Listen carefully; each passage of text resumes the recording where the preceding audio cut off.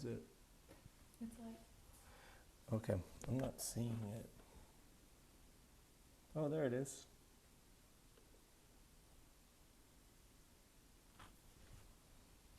Cool. Hey, everybody who may be joining us at the moment. We had some technical difficulties on the computer end of things.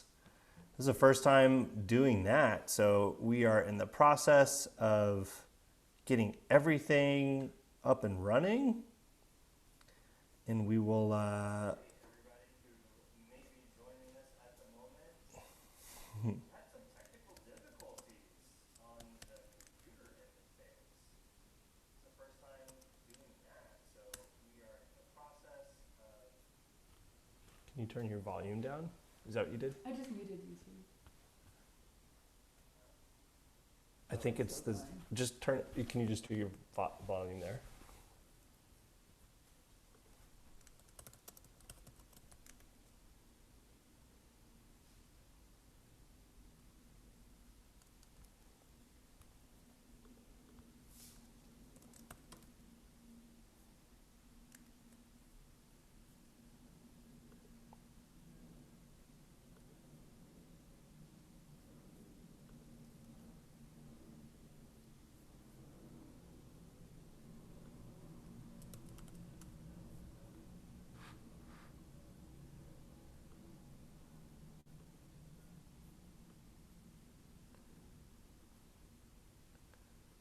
Champagne Sunday crowd has arrived. Thanks for being on time, guys. We are just figuring out a couple of technical difficulties that we had, and we'll be joining shortly. Oh yeah, great. Is your computer working now? Yeah, I was still hearing, I think the audio is still turned on because I was still hearing myself. I thought I turned it on. It's all right.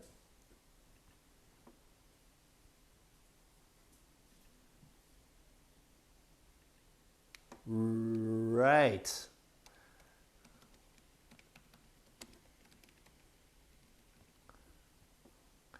Okay, guys. How's everybody doing? So excited for today's show. We're going to make kind of a wonderful little Mexican dish. Sorry, you're just looking at my mouth. You can hear us and see us. Great, thanks. We've had to, in the 11th hour, kind of move some things around, but I think we got it now. Let me tell you a little bit about what we're doing. Wow, it's a little bit wider too. You can see Carissa. Carissa is our special guest today. She is going to be making something. Sorry, I'm wearing shoes. I haven't worn shoes in like a week. So I'm having to, there we go. I'm going to move this a little bit closer too as we get situated. Hi, Dora. We have a very special episode, especially for you and for everybody out there, for Champagne Sunday crowd. We are making chicken. We are also going to make some margaritas. It's kind of a repeat of last week if you think about it that way, but hey, you know, if it's not broke, don't fix it, you know? Yeah, Laura, I am very thankful to have my beautiful assistant. We had it all set up literally 10 minutes ago, and with just a few minutes right before we were supposed to go live, we realized that the quality was horrible and my computer has having some issues. So we had to switch the entire live streaming setup, reprogramming everything. And one of these days, I'm gonna show you guys this entire setup. There's lights and microphones, and now today there's 2 microphones and there's a couple of cameras, and it ended up just being I didn't know if we were going to be able to pull this off, but we're going to pull it off. And we are going to have a great little show for you guys. We have a little video of something that we've been producing. Oh, how long ago was that? Like 2 hours ago. We have a special rice recipe that Carissa is going to demonstrate. So Carissa will be teaching you guys a little family traditional rice, I should call it. Should I do that? Yeah. All right, great. Family traditional rice. With Dora's permission, we are going to put it in there. We also are going to be cooking some chicken. We're cooking some wonderful chicken in a really great little sauce that we will show you guys how to make at home. It's really simple, and you probably have half the stuff, if not the whole stuff, in your pantry already. We have some rice that we're gonna have cooked. We also have some beans that we've already cooked, and we're just gonna have a great little meal. Aunt Carol, I'm so glad that you're here. Carissa is the bomb. I'm glad that you guys are communicating. Feel free to comment away on the chat. We can see it clearly now. We solved that problem 2 weeks ago. This is our 5th live stream, which is incredible. There's 11 cooking episodes on the YouTube channel. We did a dessert for the first time on Friday, a chocolate pavlova that I gotta say was delicious. We finally finished eating it last night, and we're already talking about making another one. Can you believe it? I'm just so excited for that. We have some really cool upcoming episodes. We have a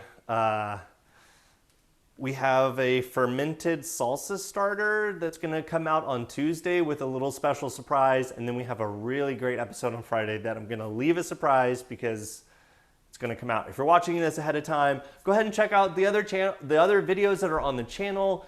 Let me know if you'd like any special requests for anything that you'd like to see made either on the live stream or in one of the produced videos. We're churning away during this pandemic time, and we're going to make the best of it. And hopefully we'll be able to do some field trips in the future once we kind of lift these social distancing guidelines and show you guys some family and friends and people around town that are really making some really wonderful products or have some great materials that we can source for our kitchen, and helping support kind of the broader community through food and awareness. So we're real excited about the future of this channel once we can get to that point. In the meantime, we're gonna make do with what we have. In this case, I think it's time for a drink. I think just getting through that last couple of minutes was, it was enough to warrant a drink. And with Cinco de Mayo on the horizon, we are going to make you guessed it, a margarita, but we're gonna do mango margaritas this time. We have our chili rim glasses already prepared by my lovely assistant, and let's just get to it. This is my favorite way to make a margarita. If you have a blender, you need a good blender, but if you got a good blender at home, this is a great way. I take a lime and just take the skin off of it, throw it in. This is half an orange, also take the skin off of it, throw it in. And then we're gonna need your tequila. That looks good. This is a Blanco tequila. Always make sure that whatever tequila you're using, it's 100% de agave. We can talk about why it's not all from agave, but make sure it just says on the bottle 100% agave. That's a little top tip. We're gonna add agave syrup, and it's really just however your sweet tooth is. We don't have that big of one, especially when it comes, we like it more sour, so we're gonna not add too much, maybe a little less than a tablespoon. And then I have maybe a cup of frozen mangoes already ready to go. Mango rocks. Oh, I love you too, Kara. Love you, Lucia. You guys watching at home. And I do, yeah, mangoes are great. We're gonna need more ice to this.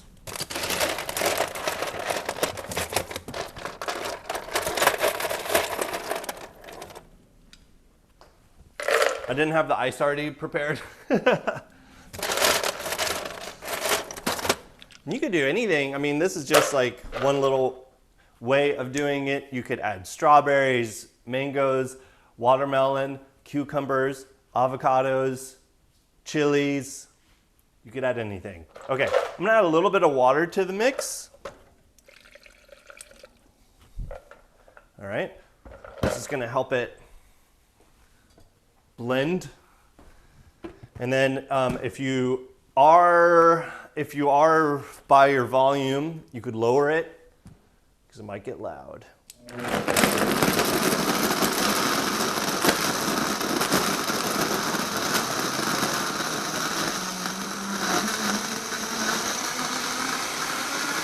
Perfect.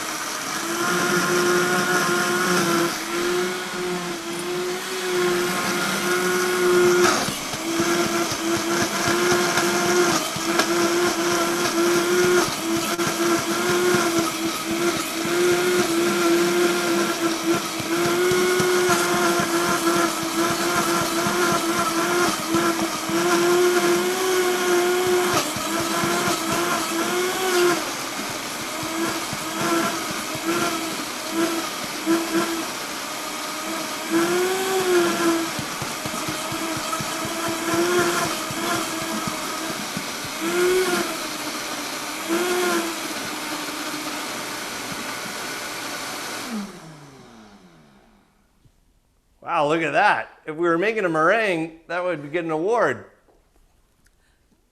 Yes, the mangoes do not need to be frozen, but I would recommend freezing them if you can. It's just gonna help because we now have this really thick, consistency, which is like really what we're looking for. Whenever you're making these frozen drinks, it's always a fine balance between your liquid, warmer ingredients and your cold ingredients.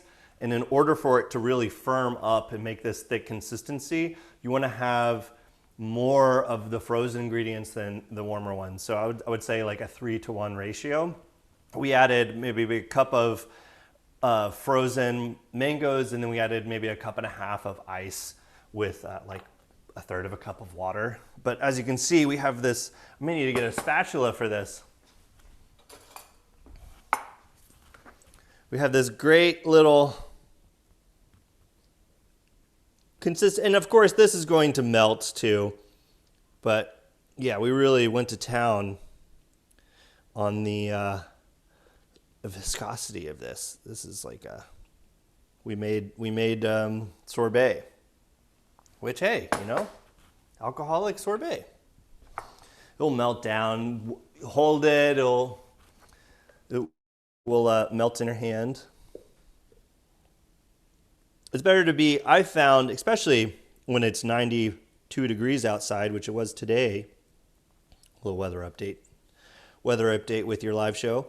I find that when it's already so warm outside, get it as cold as you can, and then let it freeze, or let it unfreeze, I should say, as you're enjoying it.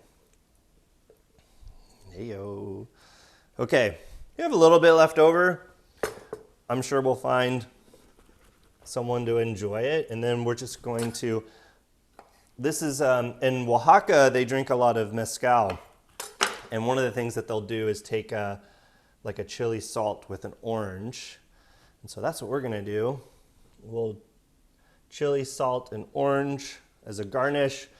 And voila, 2 mango margaritas. Perfect way to enjoy a hot day. Give one to my lovely assistant. And this is just, it's great because it's very delicious, number one. I think we could all agree it's very delicious, but it's refreshing, it's cold, it has a little bit of the spice to it from the chili salt, which I love. It's great. You want to come over here? We'll bring Carissa over and have her do a little cheers. And as she's coming over here, if you guys can also listen, make sure you can hear her. Hey everyone, can you hear me as well? There'll be a little bit of a delay. So just in the meantime, Cheers, love. Cheers, salud.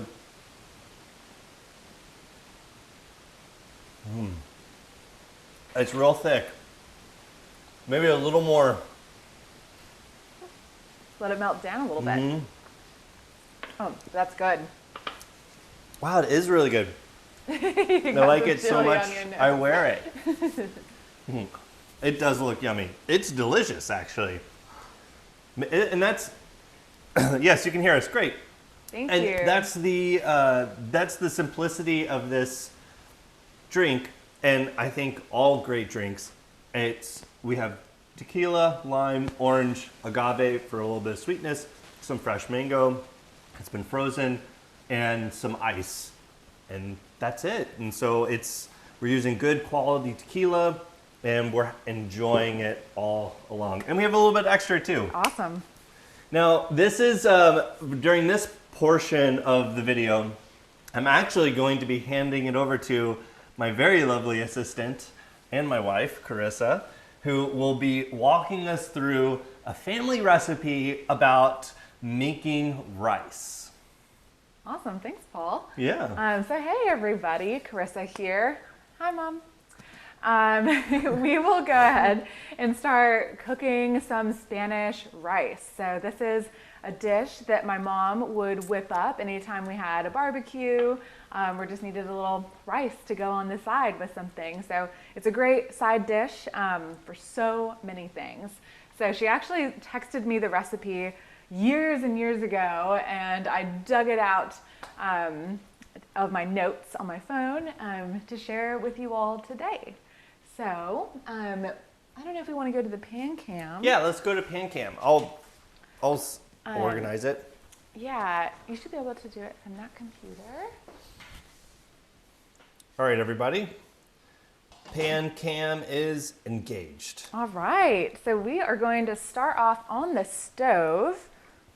We're going to bring our heat onto a medium flame with a nice saucepan on top.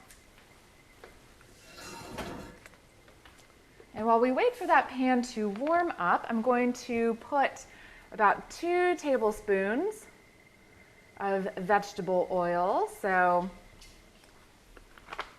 that's the typical way my mom used to make it, but you're also welcome to use another vegetable oil that works for you. And while we wait for that to come up to temperature, you can kind of tell like how viscous the oil is. Start to let that warm up.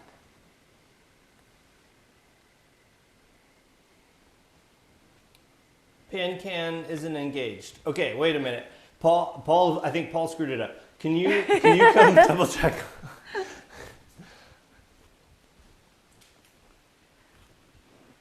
I thought I had pinned it. You need to Oh, spotlight it. spotlights. Spotlight. Sorry, everybody. I'm supposed to be in front of the camera. That my lovely assistant is also my live director, so sorry for everyone for having to go through that. But okay, I think we're on PanCam now. Thanks for letting us know. All right. So we're using this one over here. Yes. We are back in the game. All right, so the oil should be pretty well heated now. What I'm going to do is throw in some pre-sliced onion, about 1/3 of an onion, and a stalk of celery, which Paul lovingly cut up for me because he's pro at chopping onions. Great. And in that oil, we're going to start to sweat the onions a bit.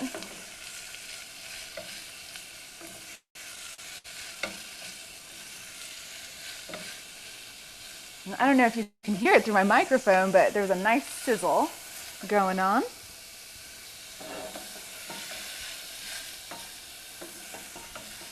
Wow, it looks fantastic. Yeah, let it. When you would have it for barbecues, would you pair it with beans, or how else would you guys normally pair it? Yeah, definitely rice, sometimes beans. We'll take a look at the beans later, but for a quick and easy way to do a side of beans as well, I know we all probably have a can of beans laying around, so you can give that a quick rinse, toss it in a pan, and then add all of your favorite spices. What are some of your favorite spices to add? I personally love adding ground cumin to my beans, comino, some Mexican oregano, salt, pepper, garlic powder, and onion powder. But you can use whatever you have on hand. Sometimes some chipotle powder might be good too if you want a kick of heat and some smokiness. So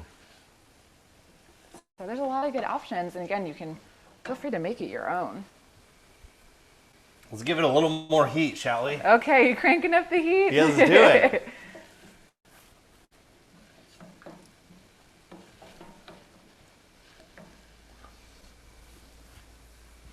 And what else will we be using in the rice? Yeah, so the secret ingredient here, and I hope you all can see it, I got the tiniest jar of nor, which is basically a powdered bouillon. And it's the tomato flavor. So this is really what's going to give the rice the majority of that flavor and also that nice reddish color. So that is a family secret ingredient. Sorry, Dora. Kind of can't make it without it. But I wasn't sure if I wanted to use this. I was like, maybe I'll use tomato paste or some other form of tomatoes. But this is kind of the tried and true way to go about it. So stopped by our local Mexican market and found this cute and tiny bottle of nor.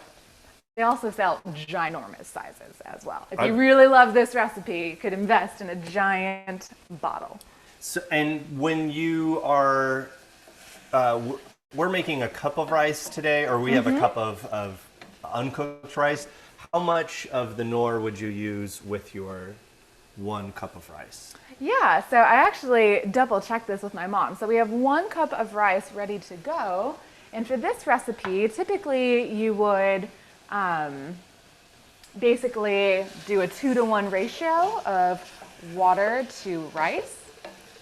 But in this case, especially if your pan gets really hot, which I think the one that we had at home used to get pretty hot, you might want to actually add more water so the rice has a lot of time to cook. So in this case, we're going to use just under 3 cups of water, which means that we'll be using 3 tablespoons of the nor seasoning. Okay. So if, let's say, your pan isn't getting so hot and you want to stick with that 2-to-1 ratio, you would just use 2 tablespoons of the nor. So it's kind of a ratio It's more to the water than the rice.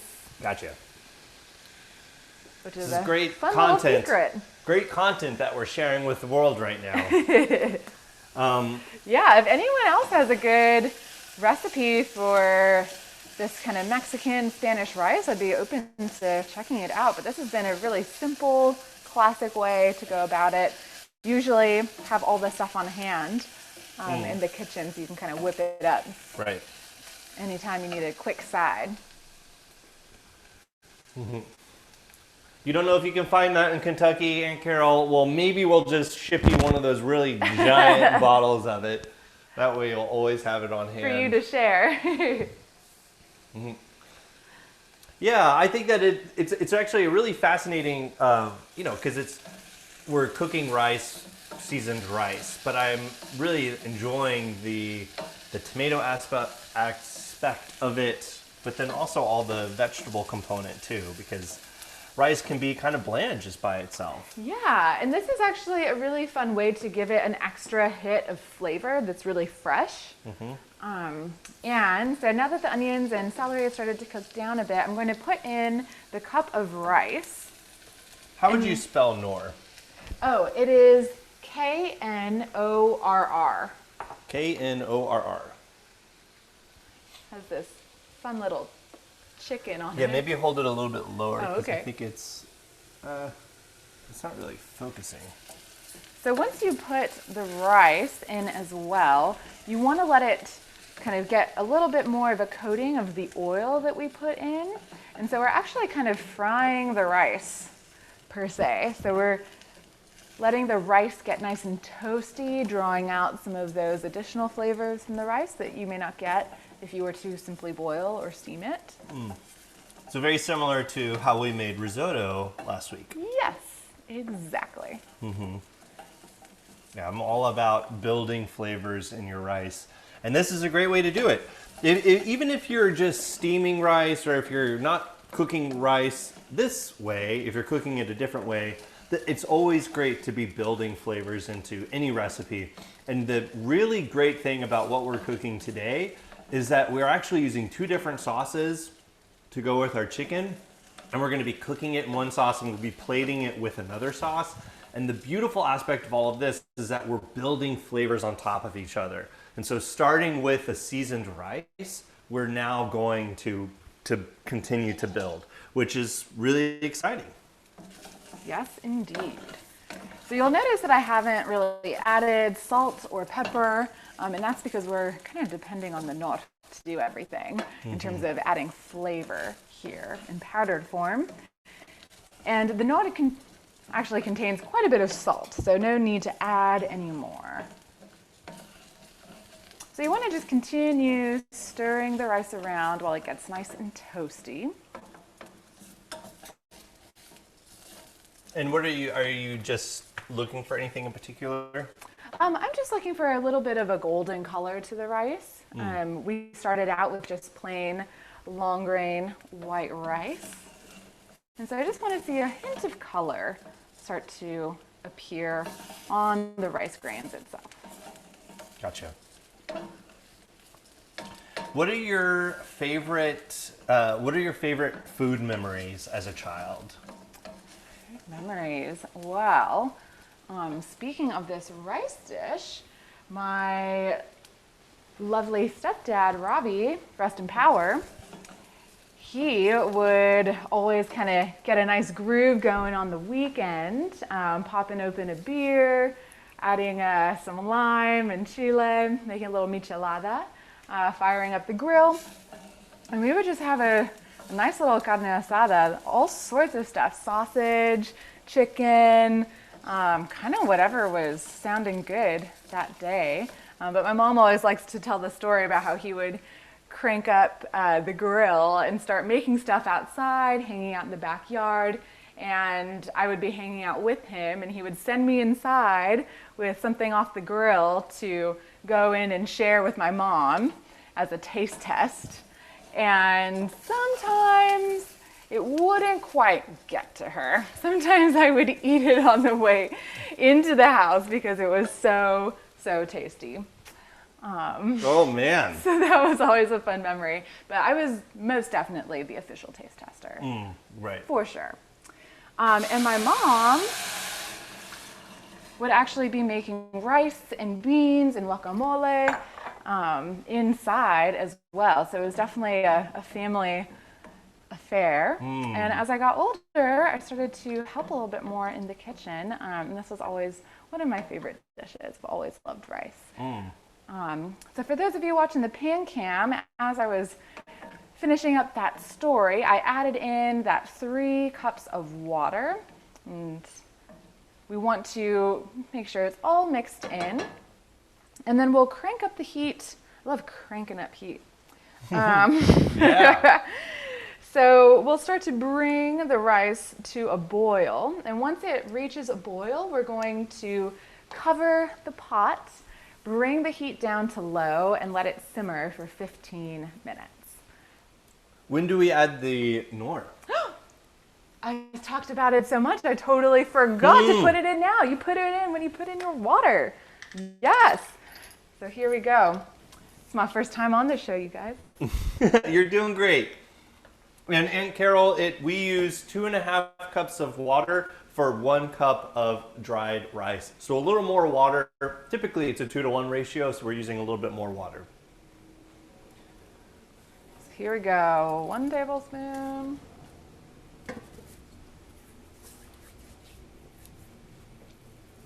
Ooh, man. 2 tablespoons. Great. And then a little extra. And then a little for the angels. Yeah, a little hit for the angels. Great. You can see that color Yeah, right already. away. So we just bring that up to a boil and then and then bring it back down to a simmer? Mm-hmm. Great. Yeah, so I can let you take that away. Sure, okay. Oh, you're gonna entrust me with your family recipe of rice? Well, the hard part's already done. Oh, gotcha, okay. I'm just kidding. It's actually very much important to pay attention to when it comes to a boil and make sure you have your timer set for that 15 minutes of simmering. It'll be really fun to see what it looks like when it's done as well. There's always kind of these little pockets in the rice where the water has boiled up Oh, to nice. the top. So it's a fun little texture. Okay, well, I will do your family proud. Okay, let me switch the camera just to. Okay, and we're back. Hey, you got it, Paul. I think Spotlight video. we should just double check. But thank you, Carissa. That was delicious. That was wonderful. In fact, you can hang out here if you'd like. Sure. We're just enjoying it. You know, I think. Don't forget about your margarita. It's been nice and it's yeah. at a good consistency Now it's ready to go. Cheers, everybody. Cheers, y'all. Great. Yeah, let me just check the stream and I'll come back and join you. Okay, it looks like the stream is, I think it's working. Great. I'm just gonna wash out the blender that we used. We're gonna be making an avocado sauce to go with our cooked chicken. And that was that sauce upon sauce I was talking about earlier. So I just want to rinse this guy out. We're getting good use out of the blender today.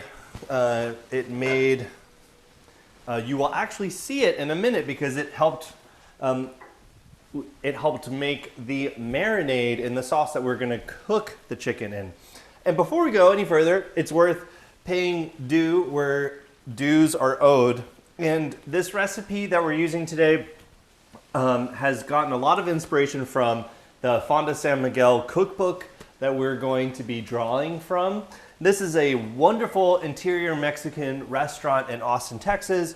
It's opened, I think, in 1975 or 78, and it's in North Austin, and it's just this wonderful gem of a restaurant that, in a time when enchilada plate number 1 was really popular in Mexican restaurants where the food was purely Tex-Mex, the owners and chefs took a chance of creating an interior Mexican restaurant pulling from traditional recipes and interior design, art, and if you've ever been there, you know it's just as much of a interior atmosphere experience as it is a food destination.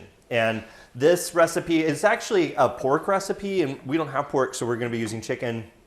And it's an adobado, or it's actually kind of a couple of different things that we mishmash together. But I'm really excited to share it with you guys because I think that it's going to turn out. I think it's going to turn out great. In fact, we could, if you noticed on PanCam, patent pending PanCam, there was another skillet, and it's this red one here. It's our cast iron skillet, and that's what we are going to cook our chicken in. We're going to finish it off in the oven, and we're going to need to preheat our oven to 350, which I'm going to go ahead and do. And we're going to cook our chicken, and then while the chicken is cooking, we're going to make our avocado sauce that we're going to plate with. The rice should be done by then, and then we're going to put it all together and get to have dinner, which is great because I'm really looking forward to it. So if you guys have questions along the way, comments, suggestions, or anything, like, let us know. We got the chat pulled up, and we'll we actually have a little video that we're going to show you guys in a minute. Before we do that, we're just going to wait for the rice. Oh, how about let me all right, you're going to do it. So let's go over to PanCam, and as you can see, we are starting to boil, which is great. Should we wait for a rolling boil, or? Yeah, nice thorough boil, just so you can make sure it's nice and noticeable. Gotcha. And the one really important tip that I want to share with this at this stage is that once you find that rolling boil and you lower the heat to simmer and cover it, it's very important that you no longer touch the rice. Okay. Because that will make it really sticky and kind of clump together. Great. So once you put the lid on. Oh, so I put the lid on now? Yeah, I think that's a nice boil. Great. And then we'll turn down the heat and let it sit for 15 minutes. I will go ahead and set my timer. Paul's really good at just having an internal clock and knowing when to check on things, but I can get distracted pretty easy. So I'll go ahead and set a timer on my phone. Okay, and all you guys watching are going to be our accountability buddies, and let us know if you let us know if you have let us know if we're at 15 minutes. What am I trying to say? Okay, anyways, let's get back into it, shall we? I'm just gonna pull a little reference. Let me show you the chicken. This is going to be, we have a lot of chicken, like per the times, so that's one of the reasons why we're gonna be using it today. And I have it in this Ziploc bag, and it's been marinating for about 2 hours in our adobo sauce. And it's basically ancho chilies and a pasilla chili, and then a few other spices. But there is a cool little video that we shot that we'd love to share with you. And this is going to be how we made this marinade. And then we're actually not just marinating the chicken, we're gonna cook it in this sauce. So I wanna show you how we made that. So sit back and enjoy this quick video.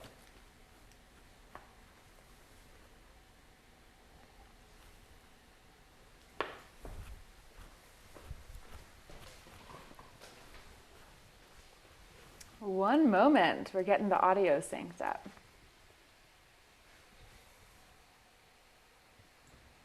All right, so it's time to make the sauce, and we did this a couple of hours before the live show. What we have are some pretty awesome ingredients. We have 2 ancho chili peppers, which are essentially the dried poblanos, and we have 1 pasilla chili, which is similar to the ancho, just a little bit warmer. We also have some spices. We have a half a teaspoon of cumin, 3 cloves, a ½ inch of cinnamon, 6 peppercorns, and 1 garlic clove. That's gonna be the foundations for our sauce. We've been letting these chilies kind of rehydrate in some cold water for about 30 minutes. And so what I wanna do in our blender here is we're gonna make the paste that we're gonna marinate the chicken in. So I'm going to take these and drain them while reserving the liquid. So I'm actually just going to take them out and give them a little bath, a little shower, put them in, and do the same. And we want to reserve this liquid because that liquid is actually going to be the foundation for the puree of the sauce. So throw that in there. And then here's the pasilla chili. So we'll grab this. I de-seeded these and also deveined them. There's a few seeds floating around. It's not the end of the world if the seeds get in there. If you remember from maybe one of our other fermented videos, the seed is not where the heat is, it's the membrane around the seed. So it's just more of a flavor thing. Okay, wait, I'm not gonna do this just yet. What am I doing? Okay, so we're gonna add the spices. Oh man, it's already getting a little spicy. So I'm going to have my little temper thing for the Vitamix here and have that on standby because we want to make this as thick as possible whenever we are making this sauce. So I'm gonna add just maybe about a ½ cup of water at first, and then oh, it's already going. Okay, great. There we go. And then we're just going to take this out, scrape the sides down. Ooh, man, you get a big whiff of it whenever you take the top off. Okay, there we go. And I like that amount of water. We're not going to add salt at this stage. That's going to come later. So all you salt lovers out there, just have to wait just a second longer. Hey-oh, watch out. Okay, make a little bit of a mess. That's the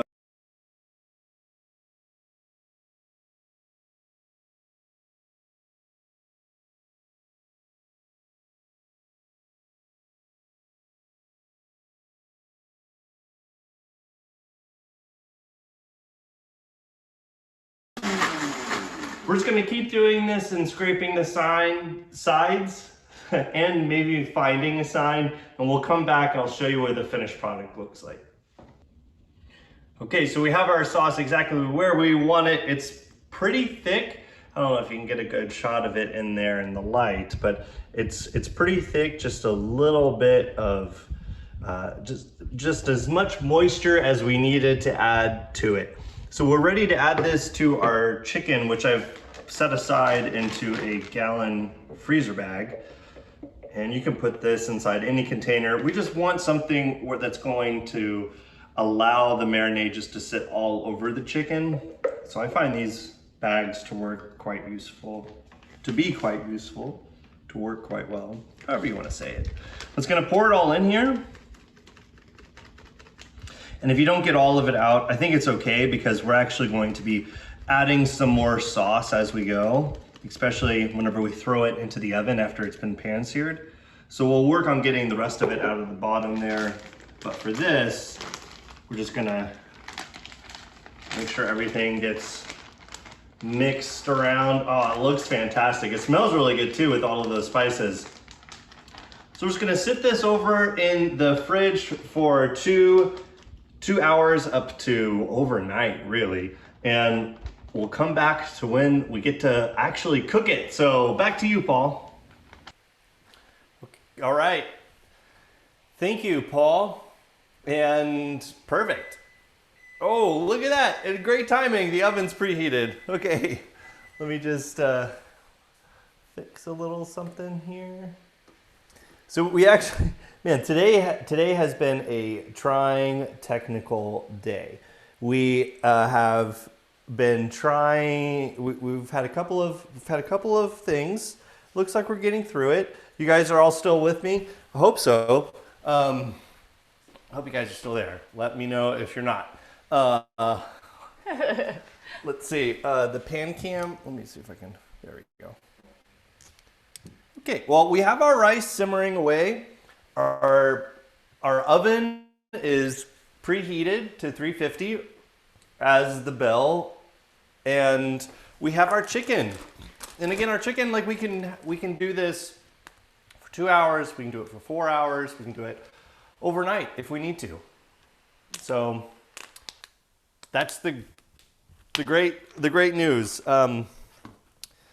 Now, if you guys have any questions, or if you are for some reason not here, we'll just kind of wait for that, just because I think the video is kind of catching up. That is on the streamed video, so we just want to make sure that everything worked out okay, and then we'll get back to cooking. It gives me a chance to really enjoy this mango margarita. It's fantastic. Yeah, these margaritas are great.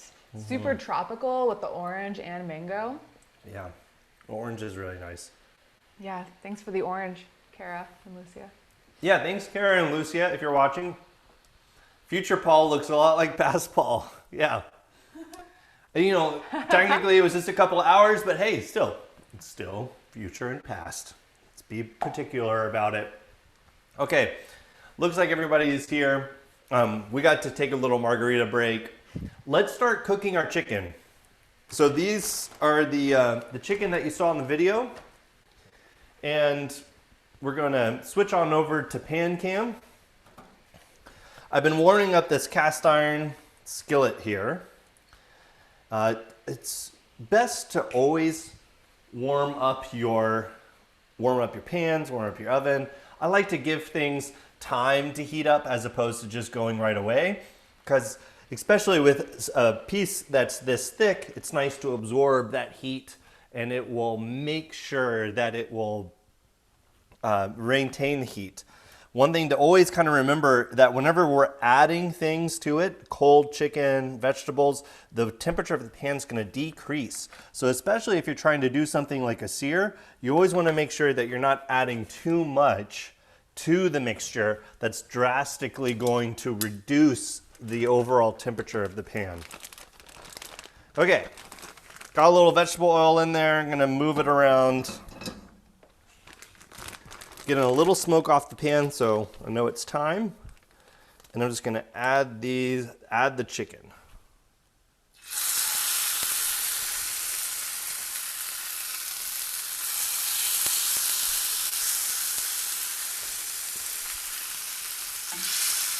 Wow, what a great sizzle on the pan. Yeah, great. Yeah. Always let your pans warm up and you can get great sizzles too. I'm just going to try and put it in every little nook and cranny I can find.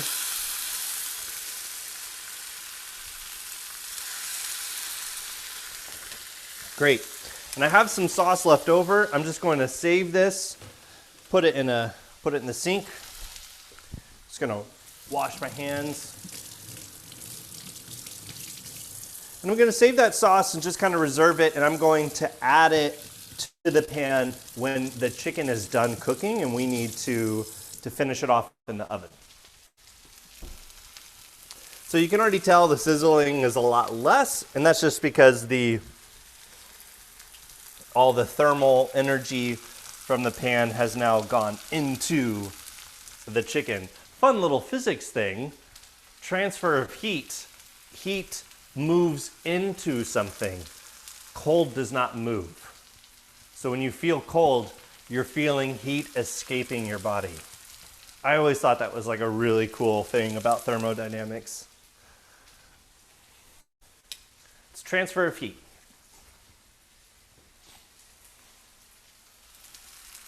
All right. So as when I cook these on both sides, again, we're gonna finish cooking them in the oven. Oh wow, there's already a little bit of a char on this. This is turning out perfectly. And the color is fantastic, wouldn't you say? It smells good. There's some overlap here. It is a very crowded pan, and yeah, I'll make sure all the parts of the chicken are touching that hot surface.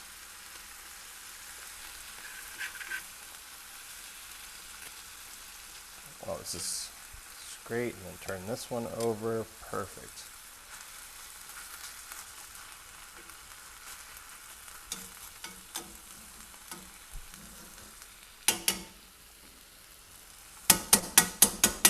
Great. How about you guys? Anybody cooking anything fun on this beautiful Sunday that we have? We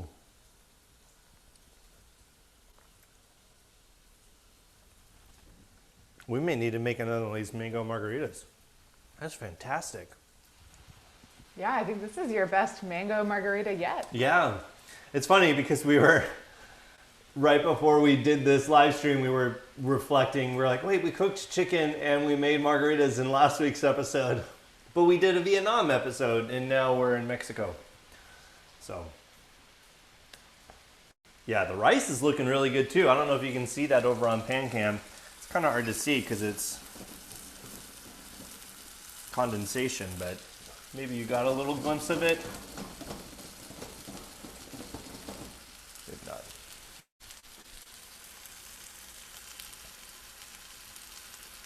Ooh, the smell. It's really good. Can you describe what it smells like? It has, obviously you do have a roasted pepper, a roasted chili smell to it for sure. And there's all the kind of subtle notes of chocolate and tobacco and those type of flavors. But you do get the cinnamon, the cumin, the clove, like the spice as well. That was something that I thought was very interesting about this recipe, was the amount of spice that's in the recipe. How about it? What are you smelling? Yeah, I definitely feel that kind of like, or smell that roasted chili that you find, and also has those peppery and kind of tobacco-y notes. But I do love that there's a bit of cinnamon in there. Yeah. Cinnamon can be a really nice warm spice for meats as well as desserts. Love it. Cinnamon is great on ice cream. When are we going to do champagne cocktails? Probably sooner rather than later. We have some ideas. I do have to redeem my sabrage attempt from last week. I did a Paul attempts Pavlova. That should have been Paul attempts sabrage. We do have some ideas in mind that we were talking about earlier today. Yeah. Stay tuned, loyal viewers. Yes, Paul shall be redeemed. Yes. With maybe the trick is a champagne cocktail. Are we still on PanCam? Still on you, babe. Oh, okay. Should we Let's go to hop on PanCam? over to PanCam. I'm just gonna put the rest of this sauce that was. Oh, look at that!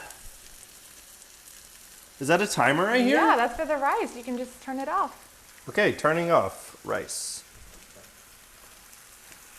We hit 15 minutes, just as you were putting in the extra sauce into the pan.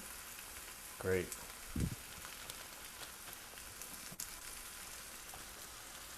All right. You can kind of watch that.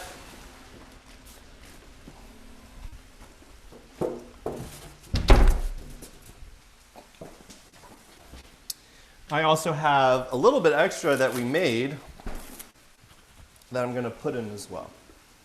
Because right now I'm just thinking it's not going to hurt this to have more sauce. Confession, this is the first time we're making this, so hopefully it goes well.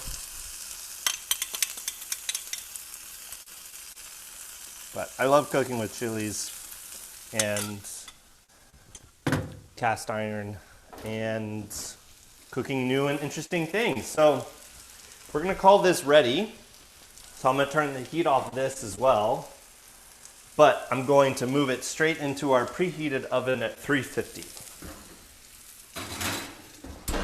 where it will continue to cook. Okay.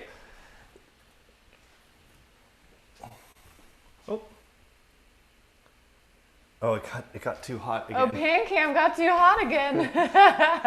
We have to figure out a new solution for that. Well, maybe we can let it cool down while that is in the oven. Yeah, let's do that. We're gonna let it cool off. I think it gets hot because it's also it's on top of a flame. Yeah, it is literally on top of a flame. I think it also is like because it's the video is making it hot or something because it's recording video the whole time. Oh, gotcha.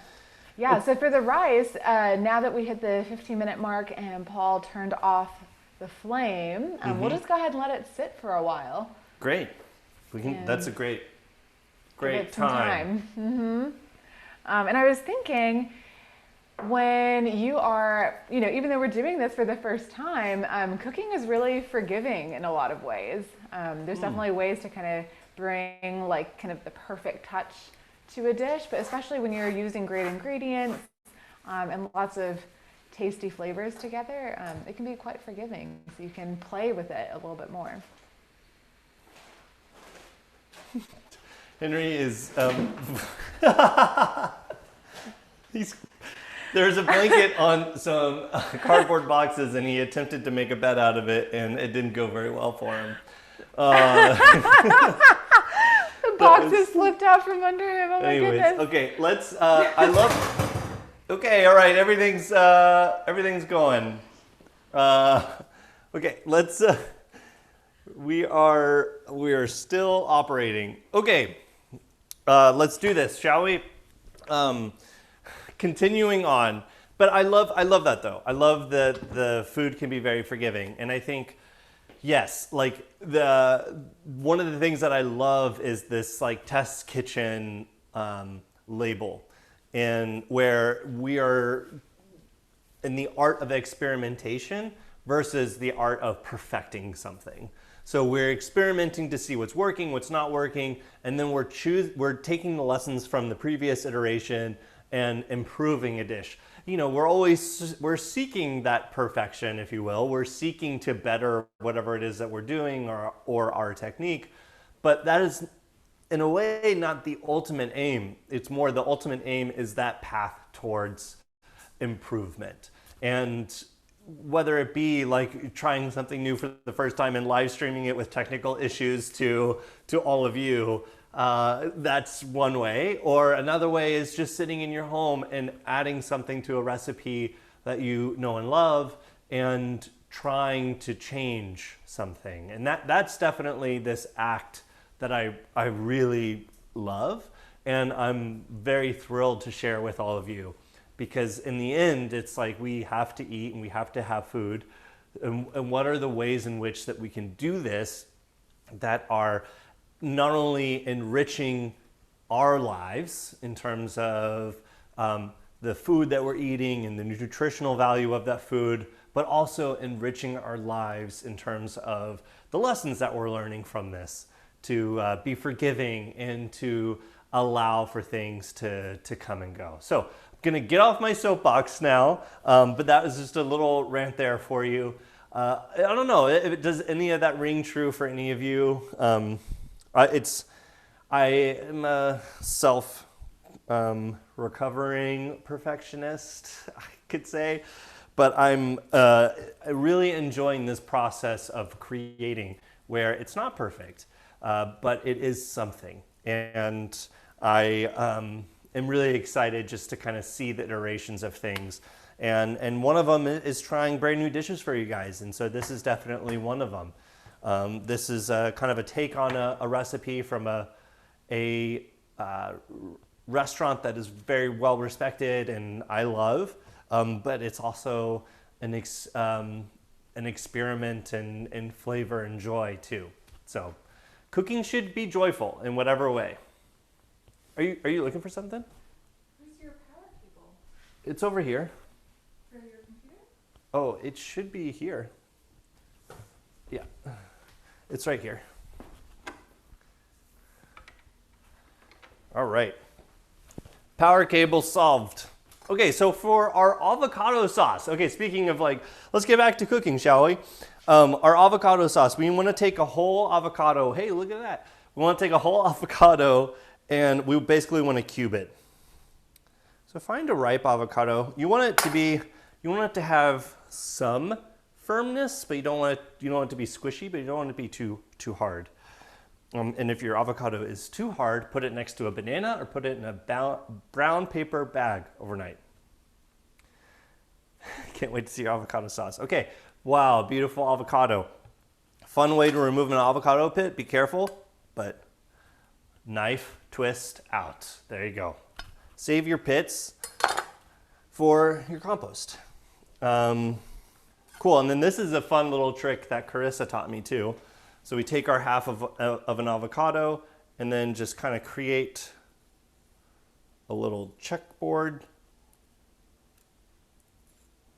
There we go.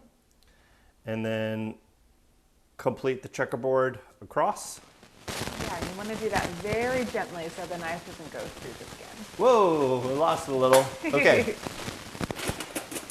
And then grab a fork and, all right. Scoop out your cubed avocado. Let's see. Yeah, now it's just avocado cubes. Yay, tricks. So we're gonna repeat the process on this side.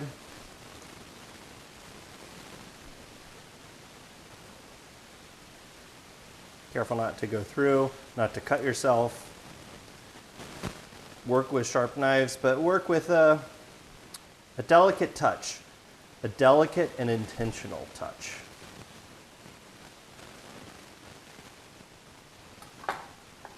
You can kind of like move it around, loosen it up a little bit, and then add our cubes. We're gonna be blending this anyways, but it's just gonna help everything along. Whoa, don't want that. Okay, here we go. Having fun now.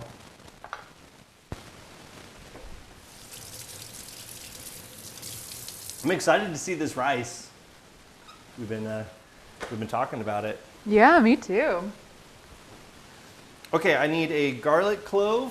I thought I had gotten everything ready for this. I guess I didn't.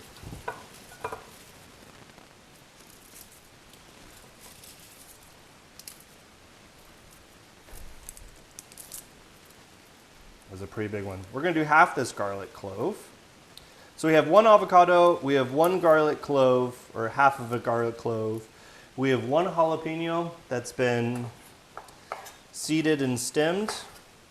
I'm gonna give this garlic a little rough chop to kind of help it along. The recipe calls for milk. We're gonna use almond milk because we don't have milk. We have heavy cream, but something tells me that's not what we want. I missed a little piece of garlic there. I have a jalapeno here. I'm just gonna chop off its top hat, and then I'm going to, I like to, when I'm cutting peppers, just try and find one of the little connector areas there that's part of the membrane. And I'm gonna find it and go down it. And then you can see that that's the membrane there in the middle, the white part. Take out the seeds. And then you can kind of slide your knife around and pull off the seed pod stem. There we go. And we have a clean jalapeno. I don't know if you guys can see that too well because you're so far away, but trust me. Okay, throw that in there. We need a cup of milk. Do we have a, yeah. So this is some almond milk. And this is gonna be more runnier than the adobo sauce that we had made earlier. Okay, we need some sea salt. Oh, and we need our cilantro. So we need a 1/4 cup of cilantro. And with cilantro, some people are huge fans of cilantro, some people not so much. I think it's a genetic thing, where some people think it tastes like soap. Is anybody, do any of you guys have that? Do we have any cilantro fans or cilantro haters watching today? I personally love cilantro. There was a dish, cilantro, it was like shrimp at Chinatown, which was is a restaurant in Austin. I don't know if it's on the menu anymore. But man, it was delicious. I'm gonna keep some of the stems in here. I kind of like the stems. Some, people get all hung up about stems, but there is flavor in the stems too. Don't let it all go to waste. Yeah, especially if you're going to be blending it up. Exactly. All right, what else am I need some sea salt, and I need a cup of water. Okay.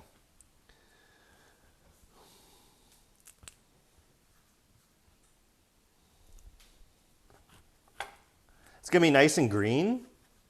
I mean, who doesn't love a nice green salsa? We can just use this. I'm gonna pour this in here. You can grab a cup of water for me. Lovely assistant. A 1/4 cup, firmly packed. That feels like that. Feels like a 1/4 cup of firmly packed. Dora loves cilantro. Oh, yes, she does. Michael loves cilantro. Laura loves cilantro. We have a lot of cilantro fans. Yeah, typically my mom would add cilantro before we let the rice sit and simmer.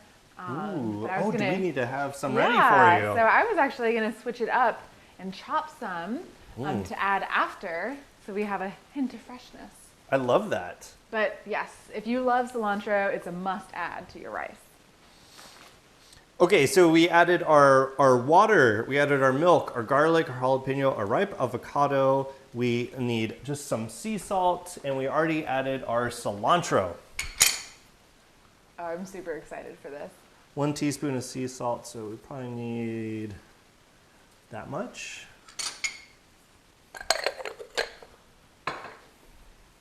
Okay, everyone. Let's check it out. And now we're gonna blend up our avocado sauce. Here we go. Like we were saying, the blender's gonna get a lot of work out of it today. It's paying for itself.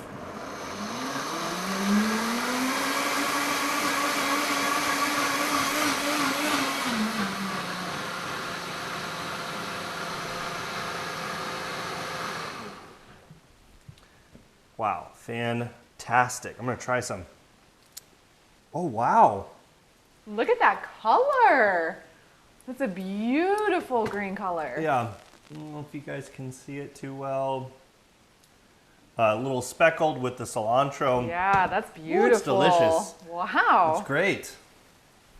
All right, you got the cilantro going. Mm-hmm. We have our beans. Let's just make sure the beans get a little bit of love on them in the back.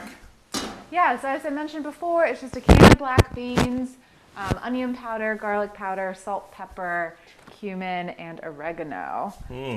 So we just threw that all into a little saucepan and we're just heating it up on the stove. Perfect. Well, we got this sauce is ready. I can't wait. You guys will see whenever Oh we my plate. goodness. It looks really good. It smells really good. It looks incredible. Tastes really good. Yeah, what was the other green sauce that we were thinking of making? Like tomatillo sauce? Yeah, like a doña sauce. With Oh, the a doña sauce, jalapenos. yeah. Yeah. Actually, doña is very is very easy to make. It's just roasted jalapenos and garlic, and some oil. Is that it? I think so. Yeah, and salt and pepper. It's Great. about roasting the ingredients, though. That's the trick. There we This go. is a Vitamix. This is a Series 750. We got it 5 years ago. And we were just saying earlier, this thing has probably paid for itself like 5 times over. We, in quarantine, every day we've been waking up and having a smoothie for breakfast. And this thing, like, this is not sponsored by Vitamix. If But maybe it should be. If Vitamix wants to give me money, I will gladly accept it. I've never experienced a blender like this. If you've ever been to a grocery store where they have like it on a demo, it can make ice cream and then it can make a hot soup. Like you literally put cold ingredients in it and it makes hot soup because of the friction of the blade. There's certain, Carissa put it really well earlier. She said there's certain tools, if you get a really good tool, that tool will then make you want, what did you say? You say it. Oh, I was just saying, if you get something that you really enjoy and works really well, you actually end up using it more than if you had the same appliance that was of lesser quality. Right, yes. Yeah, so, with the soup, we're like, of course we can blend that soup. Let's make it. Yeah, of course we can make that smoothie, that margarita, Yes. that sauce. It opens up so many more avenues. It really does. If you guys don't have a Vitamix, recommend getting one. They're expensive. They're but it's quality. And it's just such a wonderful little tool. It's like a great thing to have laying around in your kitchen. Opens up a lot of doors for you. Okay. Let's check on our chicken. We'll get PanCam, see if PanCam is operational now. It was having a little bit of a diva moment itself. Got too hot. So let's see if we can get it up and running. Oh, wait a minute, it's connecting. Fingers crossed. Start video. Come back. Oh, I think PanCam. we're on. Oh, we are! Fantastic. All right, let's PanCam switch is to back. PanCam. Let's get PanCam and pull out the chicken and check on it. Oh, wow. Wow, look at that color too. Yeah, looks That deep great. red. Looks a little crispy too. How would Yeah, you it does. describe the texture? Yeah, it pulled away from the sauce pulled away from the pan like quite easily. It looks like it's all incorporated well. I mean, these pieces of chicken are pretty small to begin with, so we don't need a ton of cooking time on them. So let's just go ahead and call this done. I'm gonna turn off the oven, and now we get to go into some of our favorite, some of the favorite time of, oh, do you wanna add the cilantro to Yes. the, great. Yeah, would you like to do the honors? Oh, okay, sure. All right, so here is our rice, and wow, look at that. It looks fantastic. Wow, that is beautiful. So whenever my mom would open the pot, it would have like a nice little sprig of cilantro or celery leaves on top. So this time we're gonna go all in with some fresh cilantro leaves, looking beautiful. I am obsessed with these food colors today. A little reddish orange with a pop of green. And then we'll use a fork to go ahead and fluff the rice. Oh yeah, look at that. Beautiful, not too much water left. The rice isn't sticking together. You can still see the individual grains. Wow. Wow, you did a wonderful job. And the residual heat from the rice is actually going to cook that cilantro a little bit, releasing the oils and furthering the flavor. So all you cilantro fans out there, this is a rice dish that you need to try. Yeah, it's drawing out the cilantro flavor. And that idea of residual heat is actually something that I learned from you, Paul. Right. Love it. Yeah, that's something always to keep in mind whenever we're cooking, is that there is going to, there is a great explanation, and I don't know if we mentioned this on Egg Day, but something to remember when you're making scrambled eggs is that if scrambled eggs are done in the pan, they're going to be overcooked on your plate. The idea being the residual heat is going to cook the eggs as you plate them. So think about it like with food, any food that you're cooking, whether it be chicken, whether it be pork, turkey. The moment you take it off the heat, rice, it's going to continue to cook, even eggs. Okay, let's plate this up, shall we? Do we even have plates? Yeah, we do. Yay. Okay. So for our plating, we're gonna take a plate and we're gonna lay down. Let's see. How do we want to do this? Let's do this sauce. You guys are a part of this journey. We're just creating it as we go. So we have the sauce in the middle of the plate. I'm gonna take a spoon and just kind of spread it out. I kind of don't want that much sauce in the middle. In a minute, you'll see why. So I'm just gonna kind of encourage it out around, but we do want a good amount of the sauce. Oh, it's so fresh and it's so deliciously smelling. And the avocado has created quite a nice creamy consistency. So now I'm about where I want it. Slowly make bigger circles. Ice maker goes off in the background on cue. Great.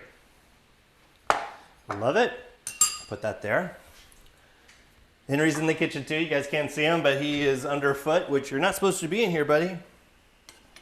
If we switch to pan cam, Yes. we can see his little feet. Oh, okay. There he Henry's is. feet. Yeah, All Henry you, and I are cooking barefoot today. Always remember the pan's hot, so don't touch it. Yeah, any shoe, we've had shoe patrol on a couple of times. Okay, so we're really going for color here. So I'm going to create this in our little sea, a little island. We have a little bit of beans, and let's go with the island theme. I kind of like that. Let's just add some of this sauce to the beans. You guys might not be able to see it too well over there, but it's okay. I will bring it back to you. These are just some black beans. We got a can of black beans in the fridge. Not in the fridge, in the pantry. We're gonna create little black bean rocky outcrops along the edge of our rice island and our sea of green. And it feels like there should be a little feel like Bob Ross. There should be a little rocky outcrop right there with his little friends. Okay, I'm getting weird. And then for the chicken, I want to make sure that we get plenty of this wonderful sauce all over our chicken.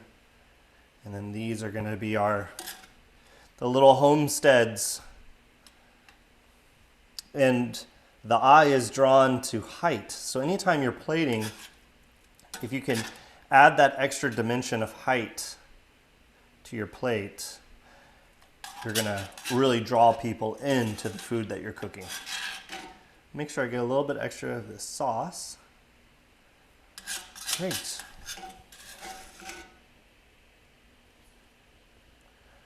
I love it. Okay, so that's our finished dish there. That's an up close and personal look at it. Beautiful. Rice and beans and a sea of our avocado sauce topped with our adobado chicken. Doesn't get better than that, does it? We have a nice roasted chili flavor. Wait a minute, I feel like there needs to be one last meteorological what am I trying to say? A little nod to meteorology, and let's just make it, let's have a cilantro snowstorm comes to our little island paradise. And the kids are off school now. The parents are making cilantro snowmen, and we are done, everybody. Amazing. There That it looks is. absolutely incredible. A little bit of steam. Let's take it back over to pan cam. Pan cam up close. Get a nice little view of it. Oh, watch out, guys. All right, here we go. Oh man, it looks delicious. And if we can cut back over here, I'll have my lovely assistant come join me. And we'll try this for you guys. Looks spectacular, doesn't it? I'm so excited Yeah, for getting this. some good feedback. Yeah.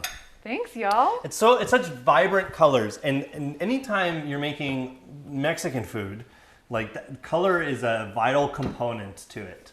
I remember it's very similar to Thai. Thai food should have 3 flavors, so like salty, sour, sweet, spicy, umami, and it should have 3 5. textures.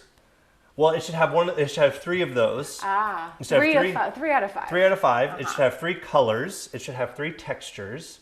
And this, we have that with this. We have a creamy sauce. We have the rice that's like maybe perfectly al dente. Let's just call it that. We have a little bit of a crunch to the beans, and then we have that beautifully cooked chicken. So we're super excited about this. I know that I am. Should we just dive in? Beautiful. Let's do it. Let's get a little piece of everything if you can. It's a little bit of the chicken. Oh, that Yeah, chicken kind looks of great. load up the fork. Get some of this. Make sure you get some of that sauce. Lovely. And so, cheers to you guys. Cheers to you. Cheers.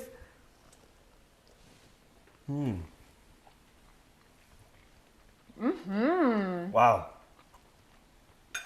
The flavors really pop here, especially from the avocado sauce and the adobo sauce.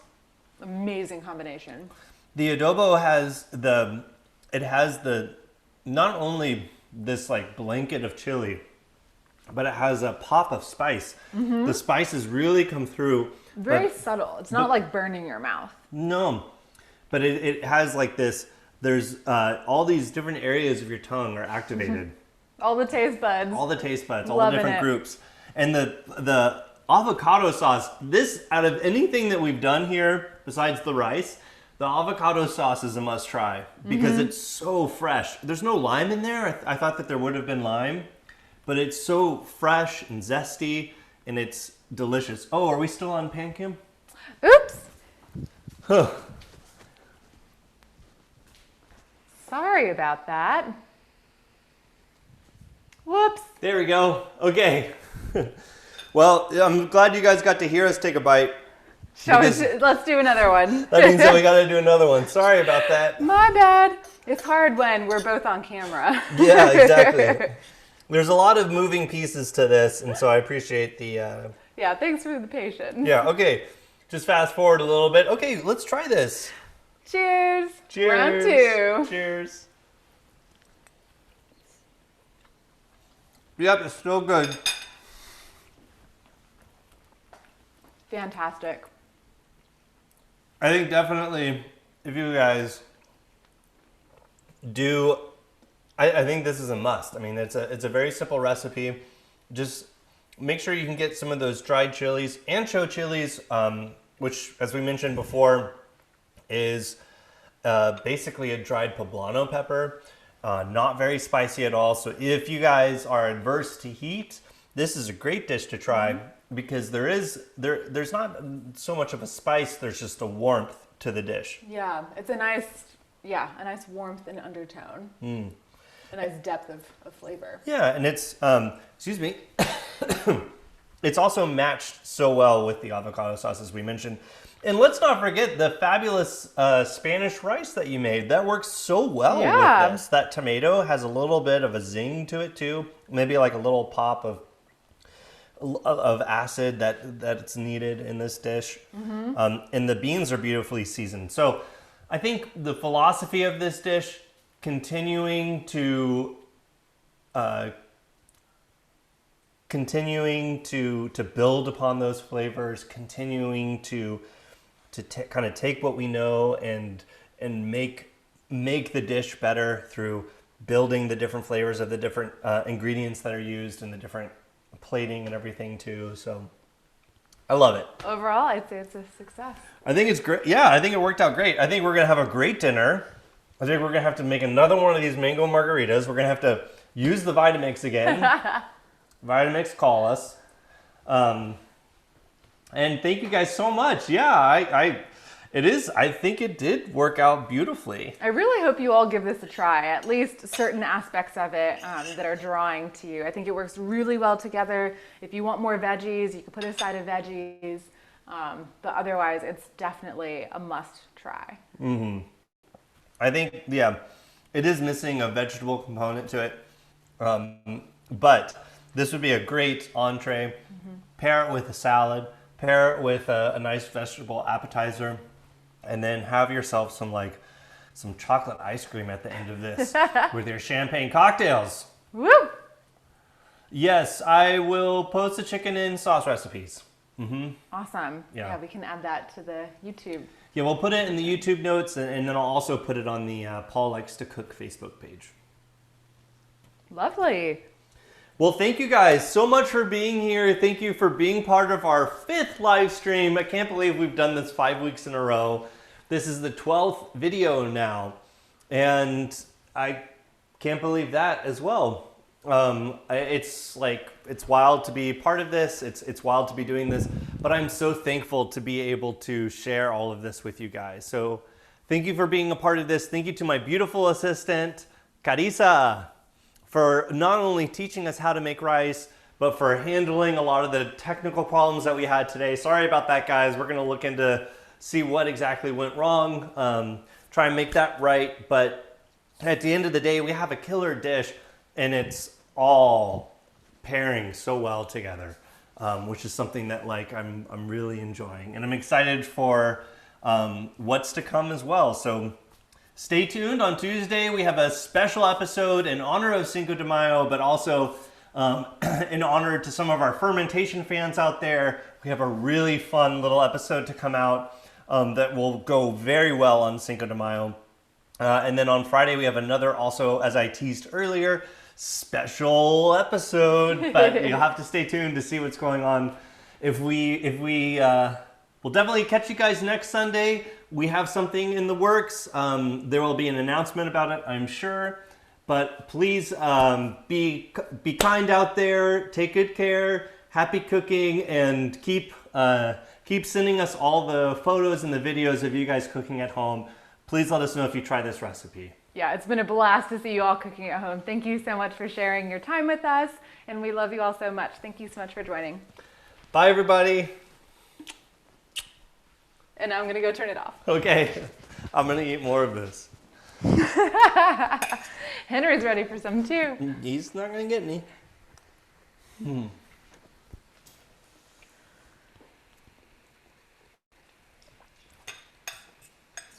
Mm-hmm.